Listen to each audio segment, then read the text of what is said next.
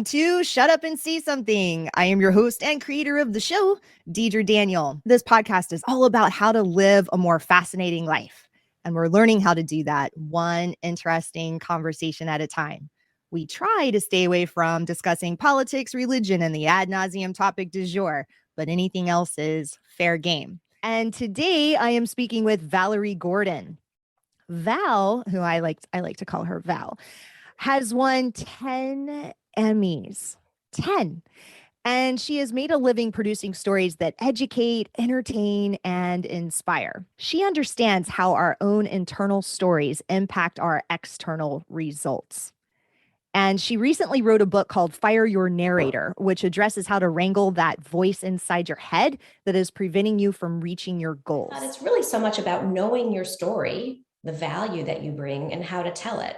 When you think about it, everything is a story. How we interview, how we network, the stories we tell about ourselves, how we negotiate. You know, when you go into that scene, what do you say to get the optimal outcome? I wanted to have you on the show because I love your story about how you became the Geico caveman, and there was so much scrappiness behind it. And I know there are a lot of people that want to do interesting things, and there's a recipe. There really is. There's a lot of grit, and I thought you could share that story with everybody. It was a very, very strange story.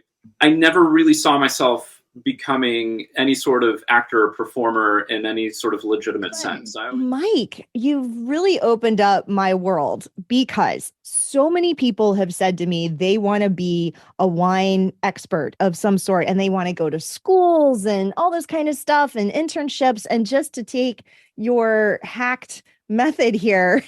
Yeah, the as if frame. Jump in at the top. Jump in at the top. I mean, I got to taste some insane Bordeaux, but then it moved to Scotch. This one was crazy. Toss the shingle of the 3-bedroom, 2.5 bath townhouse here in Nashville out the window and live in a van permanently. I had the rest of my life. This is what I said to myself. I had the rest of my life to work a gig that simply pays the bills that I may not like or enjoy. There's plenty of jobs out there that can do that. So why don't I use this energy while I don't have many strings attached to me, no wife or kids or family that I'm directly responsible for? Why not jump without a safety net and figure that out on my own? And it's worked for me. You sink or swim when you do something like that, because I had no backup plan. I literally took a year off after leaving and just sort of sauntered the world. But it's just something I thought I had to do for my own sanity, because I had too much up in here, and I wanted to see if there were ways to get that stuff out and still make money for it. Anne was a total stranger, and she called me up in 2019 because she had read an article about me in the American Society of Association Executives magazine. She started talking to me for a couple of minutes, and then she said, "I'm having a sleepover. Would you like to come?" And I said, "Yes, I would." And she giggled and said, "Oh, yes, I thought you would say yes, but I also thought you might want a little bit more information first." Did you regret inviting me? I've never point blank asked you that.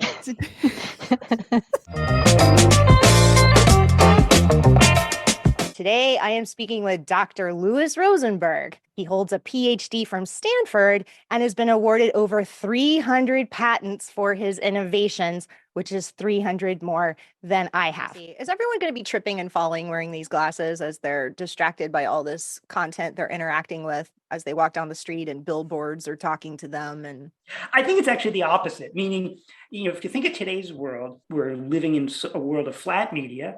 People are walking down the street, staring down at a phone, bumping into things because the content is in their hand. Whereas in an augmented world where you're wearing just lightweight glasses, like any glasses, the content will just be naturally integrated into your surroundings. And so it will be, people will have their heads up again as they walk down the street, as opposed to staring down at a screen.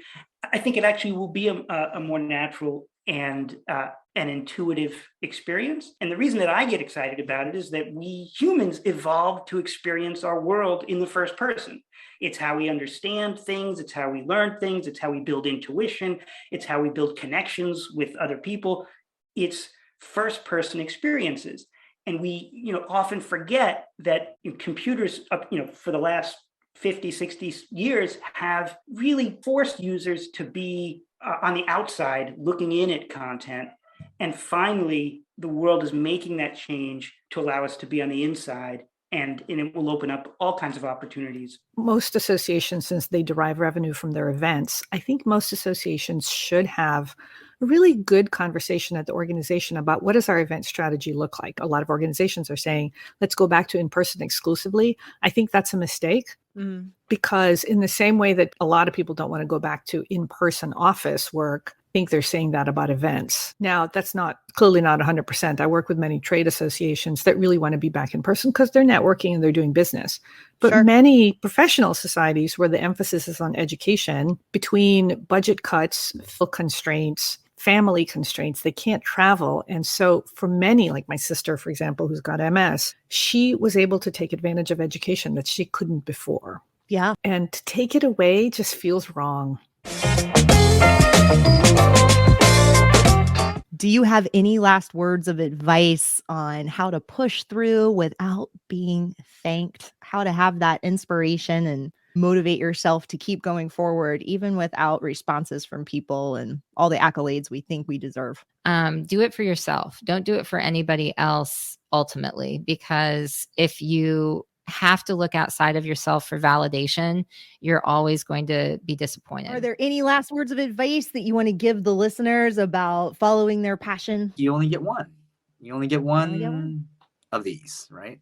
At least we know of. And just might as well be you and make the best of it. You can fail. It's quite all right, but better to live without the regrets. It's a lot of soul searching. It's really thinking about what's important to you. What are your values? What do you want out of life? What do you want you think back to when you're starting out, you have this impression of what work is going to be. And the more you work, you realize there's a lot of changes that happen and adjustments and different paths. And you don't have to do one thing forever. You can change and you can adjust. So really thinking about what you want out of work. Mm-hmm. What your skills are, what your values are, and then what's the risk. At this stage in my life, I really do want to feel fulfilled and feel like I'm giving the best of myself and doing the things that really contribute to making the world a better place.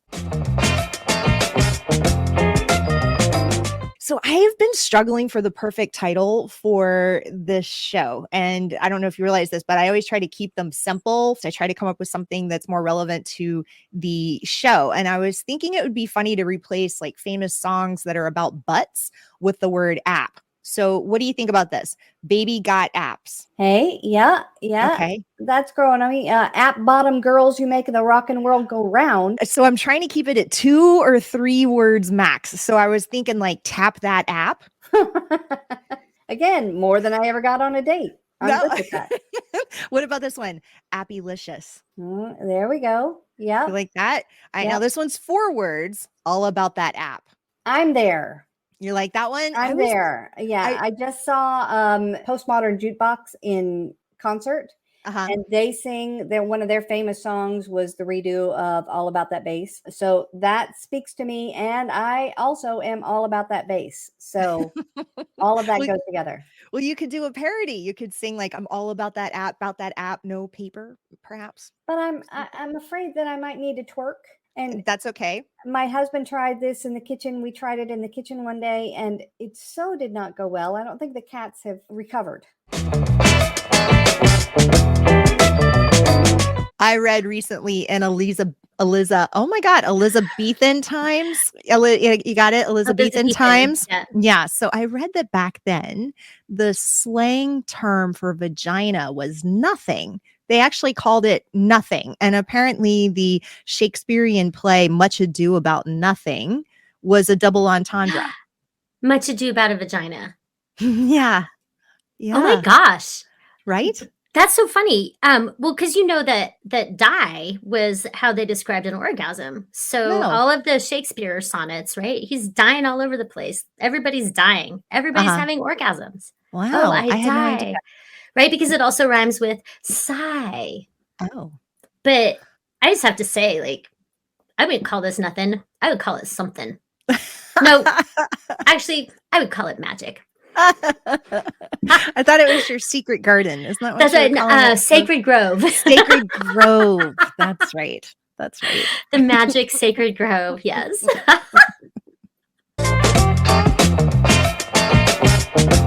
You're a guy and you're outside, and guys outside and on 5-acre land, pieces of land, you know, you don't go inside necessarily to use the facilities to go to the restroom. And true fear is when you're outside going to the restroom and a yellow jacket lands on you. On your cloud I'm just saying that, you know, there's when a yellow jacket. There is no better way to find your inner peace than that. And that moment is when every person can find their true fear. So for me, I had a very rare phobia when I was a kid. It's called altocellulophobia. It was so rare at the time, it didn't even have a name. Do you remember the show Unsolved Mysteries? Yeah. And the guy's creepy, what was his name? The actor. And he had this voice. And just as soon as his voice came on and they had that weird music to start, and I was probably in like 4th or 5th grade, and my brother either had like sports practice or confirmation for our Lutheran upbringing. And so I was home alone on Wednesday nights. And I was old enough to be home alone, so that's not a concern. But Unsolved Mysteries would come on, and I knew like my brother would be home at like, say, 7:50. Unsolved Mysteries came on at 7, so I had 50 minutes to watch it alone. I was addicted to it. So I had 50 minutes, and I was like, wait a second. It was dark out, and I would actually, I'm not kidding, Deidre, I would turn my couch, my family's couch, so that nobody could look in from the front door and see me. And I would sit in front of the couch, kind of head down. And it was just me and the TV. And it's like, if anybody was looking in the door, or like this guy that was wanted for a double murder or the UFO sighting, whatever, nobody could see me. And at 7:48, as I heard the garage door go up, I would hurry up and push the couch back, you know, flip the lights back on. And so nobody knew I was scared of Unsolved Mysteries. What I'm afraid of now, living in Tucson, Arizona, is bad Mexican food. I was afraid. That's why I did that. Sometimes you're afraid of something and you don't even know it. You truly think you're making the right decision because it's the right thing to do. But if you peel back those layers, you're like, oh, shoot. And you know what? And it's okay. Once you acknowledge it and know it and you've named it, don't feel bad. Don't look and regret. Say, oh my God, I finally uncovered this. So now I can readjust and aim somewhere else. It helps you nothing at all to regret the decisions you made in the past, to start making better decisions in the future. So what do you think the appeal of horror is over other genres? It's a thrill ride. People like to be scared. That's why they spend their money to come down here to Disney and ride roller coasters or at Universal Studios. We like to thrill. I mean, a horror novel is more than just a read. It's more than just a good story. It gives you that little tingle in the back of your spine, or the hairs under your neck will stand up when it's done right. And a really good horror novel will mess with your head. I mean, you'll be thinking about it a day or two later, or you'll have bad dreams about it. So, you know, it's a cheap thrill. You're not in any danger, but you can feel dangerous. You know, like I said, it's like a roller coaster without all the vomiting. I feel like a lot of people in today's world have suppressed their feelings. And I spoke with a romance novelist last week, and her name is Tessa Layne. And I was asking her if reading romance novels could possibly awaken more than just romance in people, but you know, the big spectrum of all the emotions. And for people that are walking around a little numb, would reading horror help with that, or would it help them conquer their fears? What else do you think people get out of reading horror novels? Well, like horror is always popular during bad times. In the last couple of years, the whole world's gone through some bad times. Yeah. So it's nice that you can forget about COVID and the pandemic and the economy and then the grocery stores being bare and read a nice story about a family being chased by some monster. And you know, their situation's far worse than yours. And it helps you keep your mind off of the problems you're going through. Horror always has a resurgence during tough times. I mean, we like to, it's pure escape fiction. It allows us to forget the problems. If you read a book with a lot of gang violence or something in it, that just reminds you what's on the news. Whereas you read a vampire story, you know vampires don't exist, you know werewolves don't exist. So it's pure escape fiction. You can enjoy it without anything from today seeping into your brain while you're reading it. I've often heard that reading fiction builds empathy because you're in the mind of the character, you're feeling what the character feels. In most horror novels, wouldn't there's a conclusion at the end? Usually someone gets away, they conquered something, perhaps. Very much so. I mean, most horror novels, I know the ones I write are basically classic good versus evil stories, with the good winning in the end. You've got a family that goes through a horrific time, but they always succeed. They always win. I mean, you might lose a couple characters along the way because that happens because life isn't perfect. But it does.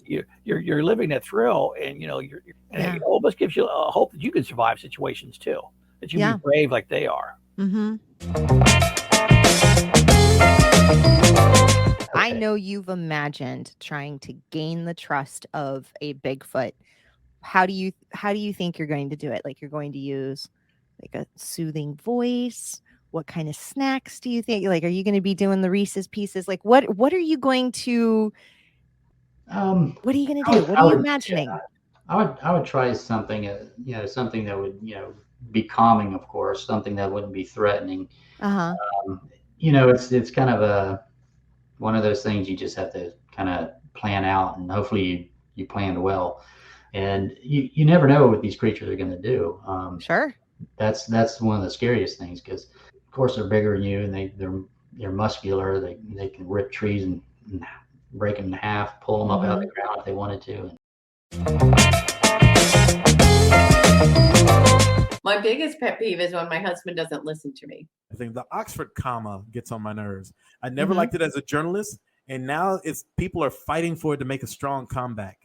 There may be some small sorted instances where you put that comma at the end of something after the third thing, but quite frankly, you don't need it. So cut it out. I am team Oxford comma. Okay. I believe in the accuracy of and clarification of the Oxford comma. Have you listened to that song by Vampire Weekend? I love it. They say, who gives an F about the Oxford comma? And I say, I do. I care about it. And that's what you do. You're in the background. I'm just glad that they know who it is. Yeah. I'm in the back going, about the Oxford comma. Me. That's it. Yeah. But the worst one of all, the worst one to me is that freaking horrible Mariah Carey Christmas song. I'll tell you, all I want for Christmas is I want her to stop singing that song.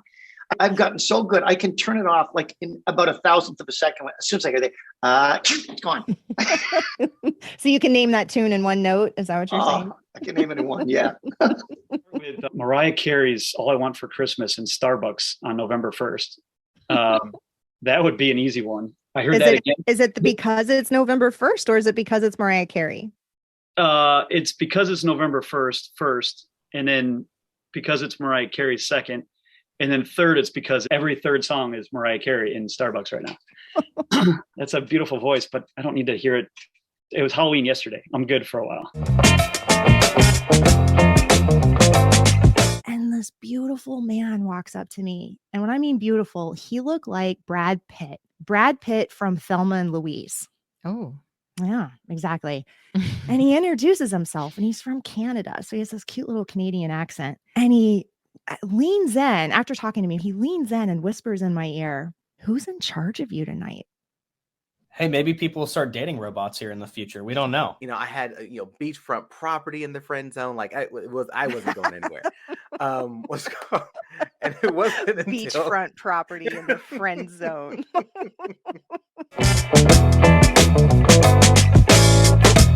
I wrote this question 1 hour ago. So you're the very first person to answer this. No pressure. Okay. You ready? Rats succumb to peer pressure. What do you think teenage rats dare each other to do?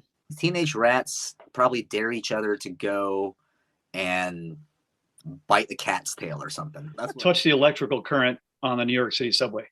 About trees. Okay, so a company has figured out how to make t-shirts out of old milk. How could other food waste be turned into valuable or useful products? I've thought about this a lot. Okay. You create chairs in restaurants that have jars underneath them, or like containers. So when people sit down and they eat, they then fart into said jar. They can then detach the jar from their chair, attach it to their vehicle, and that is the fuel source for a vehicle. So but now only in restaurants. Yeah. Well, I mean, it's not often that you're just farting randomly, I hope. Nate, I think the average person farts like 26 times a day or something like that. I am very below average, or I just can't tell I'm farting. I don't know which one is the right answer there. Well, you are getting older, Nate. I am. I was like, what? Did someone leave a window open? What is blowing? I'm just thinking, like, for your business idea here, that we should be making these collection points throughout the day and just not only at a restaurant. Oh, yeah. No, I think there should be more collection points, but for our initial offering, the one that we go before Shark Tank with, it's just restaurants. Because that's an easy place to kind of get them out. But the other thing that I just realized is we also have to redesign vehicles as well to not run off of natural gas. They have to run off of natural gas. Artificial intelligence will fire workers in the future. How do you kiss up to a robot boss? AI scares the hell out of me. Even being in the tech world right now, AI freaks me out. And I've had to see some of the AI very up close. And it's a little scary. So legitimately, there's no winning in that sucking up game. They're going to be able to read you if that's the case. Oh, yeah. I guess they will, huh? Oh, it's some. You can't feed them a virus. Like, here's some code. Maybe. I don't know. I mean, that's a super technical side. I'm talking about is interacting with this AI bot. I've watched them where they are like, they can read you. They can read your emotion now. It's getting scary. Yeah, that is scary. Some jumping spiders can see into light spectrums that humans cannot. What do they see that we do not? I think they see hidden moles. Hidden moles? So they work for the dermatologist? Yeah. They see weird moles. Yeah. Oh, that's funny. A friend of mine, Luke, said that they see the meat sweats. The last question of every episode. What should have been invented by now? No one has invented the thing that makes you sleep perfectly. A dryer that folds your clothes. Replaceable body parts. Snap and plug body parts. You got a bad elbow, snap it in. 5 minutes later, you're good to go. You got a bad back, snap and play. Just plug it in like you do a plastic car part. A pill that will allow you to shoot flames out of your fingers. I would just find that super handy for so many things. Time travel. Like, why is it taking us so long? I think supersonic travel should be more commercialized and actually utilized. There's a coating that goes on your hands that will let you know if they need to be washed. A translator for pets. I want some sort of crossbred animal. I feel like pork and chicken for some reason. Then you could have like pork wings. Would it be called a pickin'? Yeah, let's make a pickin'. I'm talking real deal ice cream that you do not have to freeze. I want to take it back thing. Like, I think you should be born with, you only have 5 or 6 of them for your entire life, and they can't be sold and they can't be transferred or anything else. And if you say something or do something and you really, really, really, really, really want to take it back, you can just give them that take it back note. So it sets off an alarm at 1 a.m. and maybe you've had like 6 or 7 drinks, you get home and it says, are you sure that you want to send this? Anytime anything takes away your ability to dream, you need to cauterize it, cut it off, be done with it. Because if you don't dream, you will never rest until you at least pursue it. And that's what I tell people about their dreams. Don't hate them. Don't hate that you have them. Go the other direction and try to find a way to indulge them, or else you'll never rest. Anything to the people that are listening right now, it would be to think of the things that you want to do. Think of those big goals that you want, and to figure out what the next step is to get to that goal, and then to do it. Because it gets so easy for us to get stuck in a rut. And even me right now, stuck, like I said, well, I never leave the shop right now, but there's a little piece of me that's starting to think about what's the next goal? How is my business going to end? No matter what, you're at least working towards a goal and it's fun. And if you don't make that goal, then make another goal. and it all works out. Just follow it. The worst thing that can happen is all of a sudden you're the Geico caveman. You really are an awesome interviewer. As you can imagine, since 1975, I've done a hell of a lot of interviews, a lot of radio and television, and some people are just abysmal. You know how to keep it going. The diversity of your questions is phenomenal. And I'm so glad you persisted and got me on your podcast. I like this.